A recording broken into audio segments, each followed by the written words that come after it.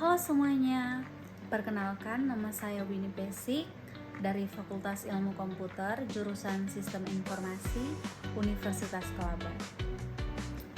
Pada kesempatan kali ini saya akan menjelaskan hasil dari Lab 11 sampai Lab 13. Lab 11 membahas mengenai Perform Analytic in Power BI. Lab 12 membahas mengenai Secure Data in Access Power BI, dan Lab 13 membahas Create Dashboard in Power BI untuk memenuhi tugas Business Intelligence and Analytics. Ketiga lab ini mengajarkan saya bagaimana cara menganalisis data, mengamankan data, dan membuat dashboard interaktif di Power BI. Nah, saya akan menunjukkan hasilnya satu persatu berdasarkan tahapnya.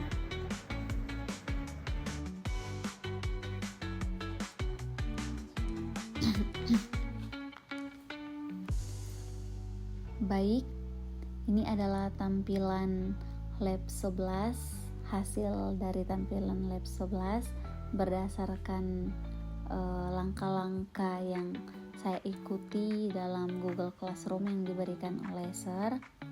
Jadi di bagian ini saya belajar bagaimana cara melakukan analisis performa penjualan berdasarkan salesperson. Pertama, saya mengimpor dataset ke Power BI yang berisi data penjualan, target, wilayah, dan reseller.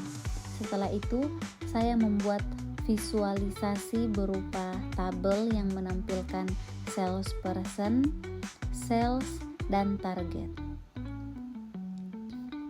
Pada tabel ini membantu saya membandingkan hasil penjualan setiap orang dengan target yang sudah ditetapkan. Misalnya Brian Welker ini memiliki total penjualan sebesar 77 juta dolar dengan target kurang lebih 221 juta dolar. Dan total keseluruhan penjualan tim adalah 77 juta 548.570 dolar. Nah, dari analisis ini saya bisa mengetahui siapa saja yang mencapai target dan siapa yang masih perlu mengingatkan performa. Selain tabel, di bagian lab ini juga diajarkan pengguna DAX atau Data Analysis Expression untuk membuat measure seperti total sales dan total target secara otomatis. Nah, kita lanjut pada lab 12 mengenai Secure Data Access in Power BI. Nah, pada lab 12 ini saya belajar dua hal, yaitu keamanan data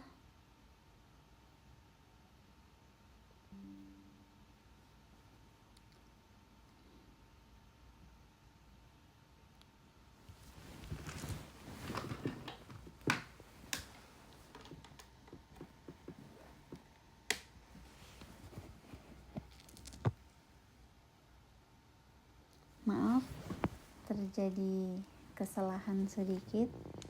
Jadi lanjut pada lab 12 ini saya belajar dua hal yang penting, yaitu keamanan data dan analisis lanjutan seperti forecasting. Nah, pertama-tama saya membuat role level security atau RLS untuk membatasi akses data. Misalnya saya bisa membuat role agar seorang sales hanya dapat melihat data di wilayahnya masing-masing. Nah, langkah-langkahnya itu adalah kita masuk ke tab modeling, pilih manage roles, tambahkan role seperti region atau Pasifik untuk membatasi data, lalu uji hasilnya dengan view as role. Dengan fitur ini, keamanan data lebih terjaga karena tidak semua orang bisa melihat keseluruhan data. Selanjutnya di bagian visualisasi, saya membuat grafik garis line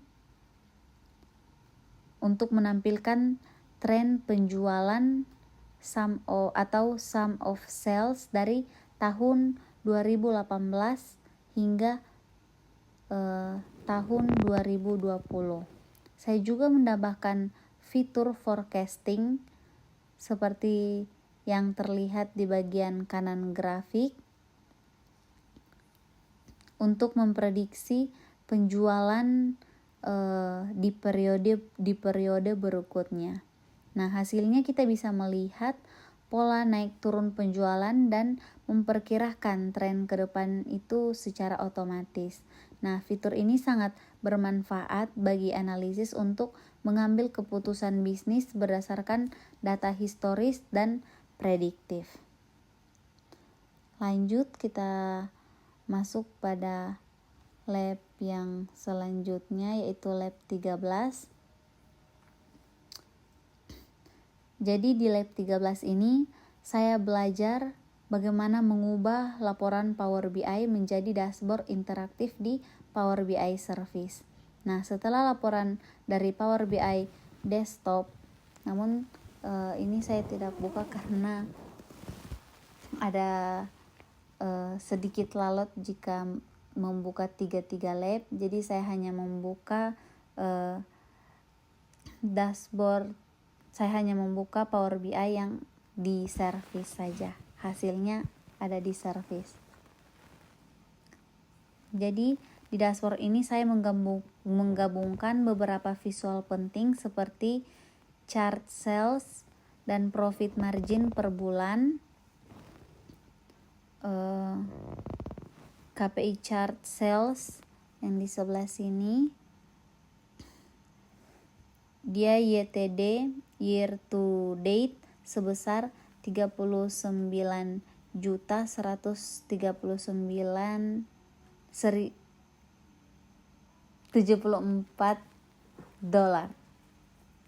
Ya, seperti yang dapat dilihat di sini. Serta logo Adventure Works sebagai identitas proyek bisnisnya. Nah, dashboard ini saya desain agar mudah dibaca dan bisa memberikan gambaran umum performa penjualan dari bulan ke bulan. Keunggulan dashboard Power BI ini adalah pengguna bisa berinteraksi langsung, misalnya memfilter data per wilayah, per tahun, dan kategori produk. Nah, selain itu, dashboard ini bisa di-share ke tim lain agar semua orang melihat data yang sama dan terupdate otomatis setiap kali sumber datanya berubah. Nah, menurut saya pada bagian ini paling menarik karena hasil analisis akhirnya bisa langsung dipresentasikan dengan tampilan yang profesional. Jadi, kesimpulan dari ketiga lab ini, saya belajar bagaimana Power BI digunakan secara lengkap, mulai dari analisis data, keamanan akses, hingga pembuatan dashboard interaktif.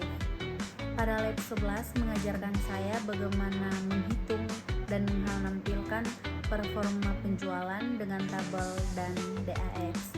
Pada lab 12 memperkenalkan fitur keamanan data dan analisis prediktif seperti forecasting. Dan lab 13 membantu saya mengubah laporan menjadi dashboard profesional yang bisa diakses secara online. Nah, secara keseluruhan, proses ini membuat saya semakin memahami bahwa Power BI bukan hanya alat untuk menampilkan data, tetapi juga untuk mengambil keputusan bisnis yang lebih baik berdasarkan data yang lebih akurat dan lebih aman lagi. Sekian video saya, terima kasih.